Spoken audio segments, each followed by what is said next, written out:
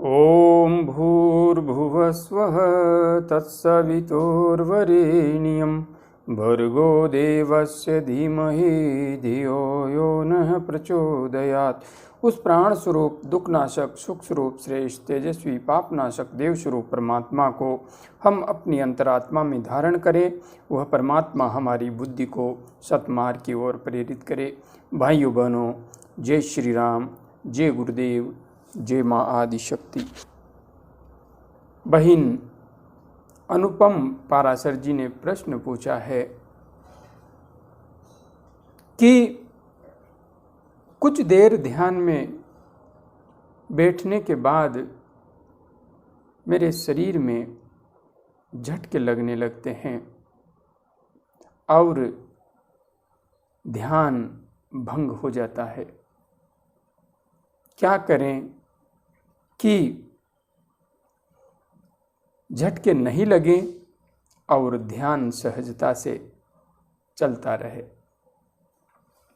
बहन, सबसे पहले तो आपका ये प्रश्न बहुत महत्वपूर्ण है और वास्तविकता यह है कि सप्ताह में कम से कम 2 या 3 बार इस प्रश्न का जवाब मुझे लिख लिख कर किसी न किसी साधक को देना ही पड़ता है, क्योंकि साधना मार्ग पर आगे बढ़ रहे प्रत्येक साधक के जीवन में यह परिस्थिति अवश्य उत्पन्न होती है।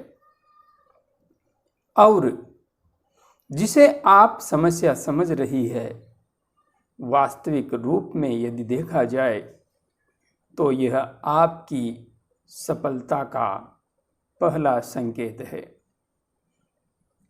आप साधना कर रही हैं, आपके लिए बहुत बड़ी खुशखबरी है कि आपको अपनी साधना का वास्तविक परिणाम मिलना प्रारंभ हो गया है।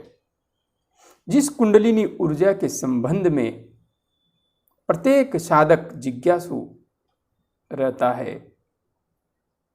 और जिस ऊर्जा को जागृत करने के संबंध में प्रत्येक साधक इच्छा रखता है कि मेरी कुंडलिनी ऊर्जा जागृत हो जाए, तो बहन, ये वही ऊर्जा है जो आपकी क्रिया करने लगी है। आपकी कुंडलिनी ऊर्जा आपके मंत्र जप एवं ध्यान के प्रभाव से सक्रिय हो गई है। अब स्थिति आपके लिए विकट हो गई है। पहले आप ध्यान लगाती होंगी, आसानी से सहजता से आप ध्यान लगाती होंगी, आपको जितनी भी देर आप बैठती होंगी तो आपको कोई समस्या नहीं होती होगी। किंतु अब 10-15 मिनट बैठने के बाद शरीर में झटके, निश्चित रूप से ध्यान तो टूटेगा ही सही, लेकिन वास्तविकता यही है। यह जो झटके लग रहे हैं, यही तो हैं जो आपको आपके मूल लक्ष्य तक पहुंचाएंगे। आपका प्राण सुषुम्ना मार्ग में प्रविष्ट होने लगा है। पहले आपका प्राण सुषुम्ना मार्ग में प्रवाहित नहीं हो रहा था। आपका प्राण अब सुषुम्ना मार्ग से ऊपर उठने का प्रयास करने लगा है। और वास्तविक रूप में यदि देखा जाए तो कोई सा भी साधक जब तक उसका प्राण सुषुम्ना मार्ग से गति करते हुए सहस्रार चक्र तक नहीं पहुंचता, स्थिरता प्राप्त नहीं करता, तब तक उसे पूर्ण स्थिर ध्यान की प्राप्ति कभी भी नहीं होती। जब तक आप मार्ग में चल रहे हैं, तब तक आपके झटके लगते रहेंगे। जिस प्रकार से आप बंबई से दिल्ली की यात्रा कर रहे हैं, बस से कर रहे हैं या ट्रेन से कर रहे हैं, किसी भी साधन से कर रहे हैं, जब तक आप मुंबई से दिल्ली नहीं पहुंच जाते तब तक रास्ते में आपके झटके लगते रहेंगे। जैसा रोड होगा, जैसा मार्ग होगा, उस अनुरूप आपके झटके लगेंगे।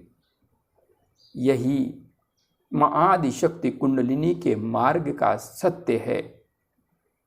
आप अभी मार्ग में चल रही है और वास्तविकता तो यह है, आपकी अभी शुरुआत ही हुई है। तो अब मार्ग में चलना शुरू किया है तो झटके तो लगेंगे। इन झटकों से डरना नहीं है। इन झटकों को सहन करते हुए अधिक से अधिक समय तक स्थिरतापूर्वक बिना आसन बदले मंत्र जप एवं ध्यान का अभ्यास करते रहना है। जितने जितने आपको झटके लगेंगे और जितने झटकों को आप अपने अंतस्थ में सहन करेंगी, उतना ही आपका प्राण उधर्व होगा। मूलाधार चक्र से स्वादिष्ठान, मणिपूरक, अनाहत, विशुद्धि, आज्ञा चक्र में होते हुए आपका प्राण सहस्रार चक्र तक पहुंचेगा। और जब तक प्राण पूर्ण रूपेण यहाँ तक पहुंचकर पूर्ण प्रकाशित एवं स्थिर अवस्था को प्राप्त नहीं कर लेता, तब तक प्रत्येक साधक को झटके लगते रहेंगे। इसलिए यदि आपको ध्यान करते हुए झटकों का एहसास हो रहा है तो आपको पूर्ण उत्साह से अपने साधना के मार्ग पर आगे बढ़ना चाहिए। यह आपकी सफलता का प्रथम संकेत है। और निश्चित मान के चलिए, आप बड़ी तीव्रता से आध्यात्मिक उन्नति के शिखर की ओर आगे बढ़ेंगी। इसलिए बहन, बस मार्ग पर चलिए, झटकों से मत डरिए। झटके तो अंतिम पड़ाव पर जाकर ही समाप्त होंगे। और हाँ, जो अंतिम पड़ाव में पहुंच गए हैं, यदि वे भी साधना में लापरवाही करते हैं, खान पान में कुछ योग पद्धति के अनुरूप नहीं खाकर उल्टी सीधी वस्तुएं खा लेते हैं, तो उन्हें भी वापस झटकों का सामना करना पड़ता है, क्योंकि प्राण का प्रवाह बाधित हो जाता है।